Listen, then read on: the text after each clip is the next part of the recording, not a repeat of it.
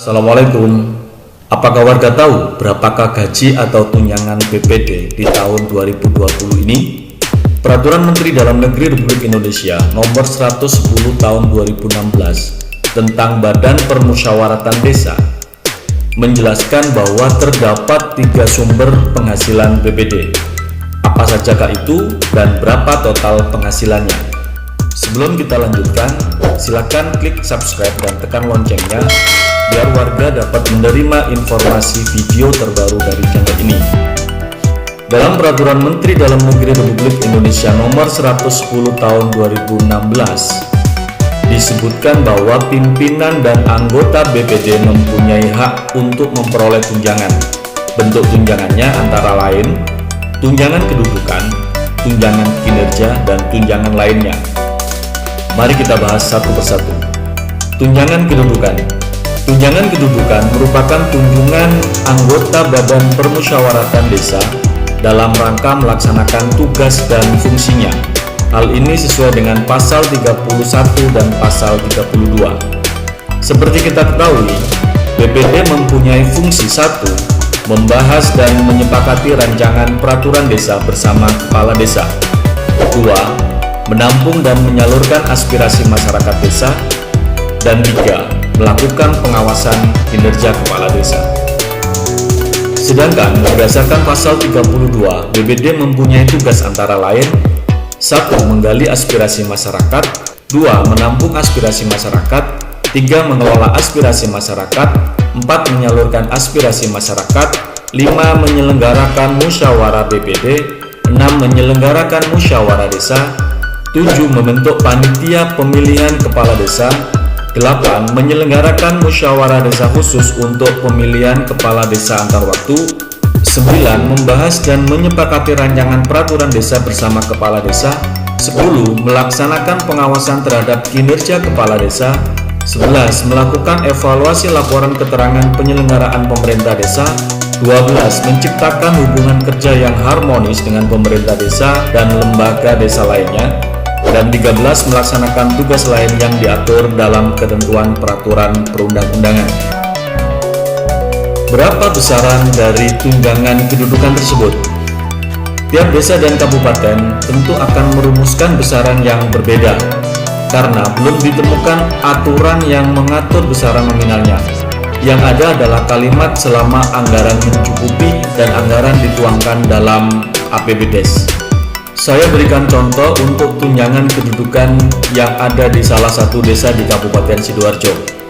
Untuk ketua BPD 900.000, wakil ketua BPD 800.000, sekretaris BPD 750.000, kepala bidang pemerintahan 700.000, dan kepala bidang pembangunan 700.000 per bulan.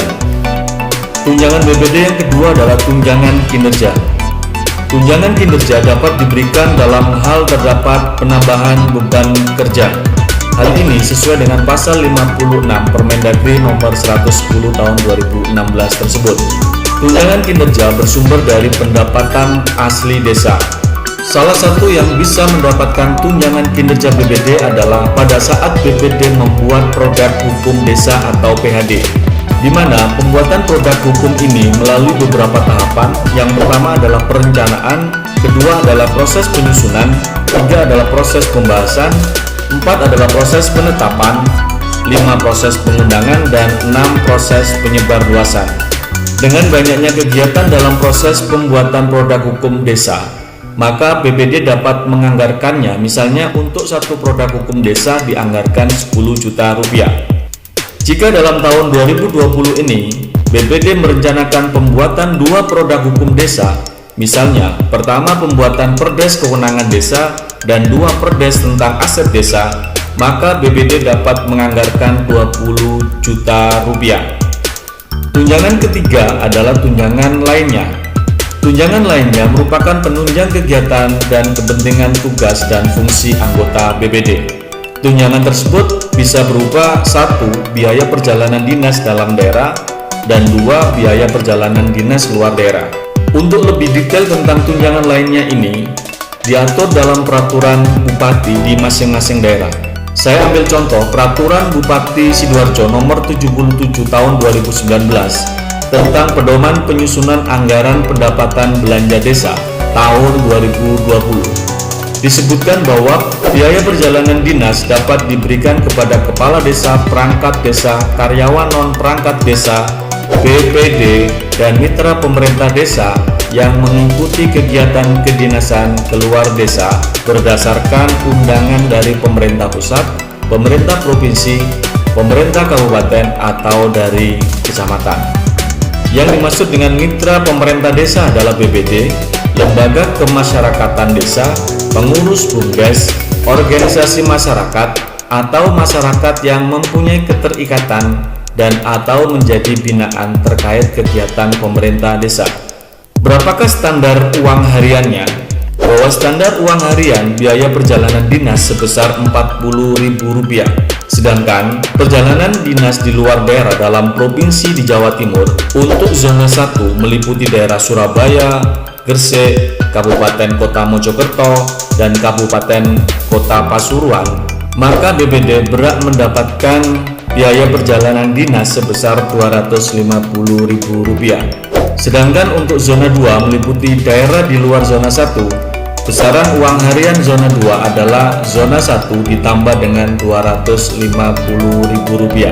Jadi pada saat BPD melakukan perjalanan dinas untuk daerah zona 2, maka yang didapat adalah sebesar Rp500.000. Sedangkan untuk bantuan transport adalah bantuan dari pemerintah desa kepada masyarakat dalam pelaksanaan kegiatan desa setinggi-tingginya Rp50.000 untuk pelaksanaan di desa setempat.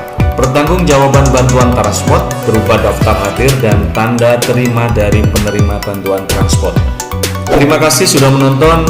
Silakan warga berikan komentarnya, dan jika video ini bermanfaat silakan klik share. Salam.